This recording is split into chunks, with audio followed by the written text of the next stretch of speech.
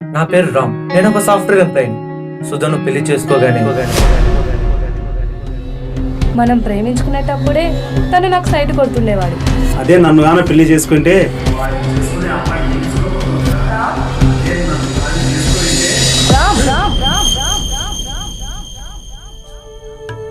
నన్ను హ్యాపీగా చూసుకో, నేను నిన్ను ఇంకా హ్యాపీగా చూసుకుంటా. బంగారం, ఇక్కడి నుంచి నీ కాలు కింద పెట్టకుండా చూసుకుంటా. ఒక మగవాడి ఛాతి విచ్చుకొని సంబరపడేది ఎప్పుడో తెలుసా?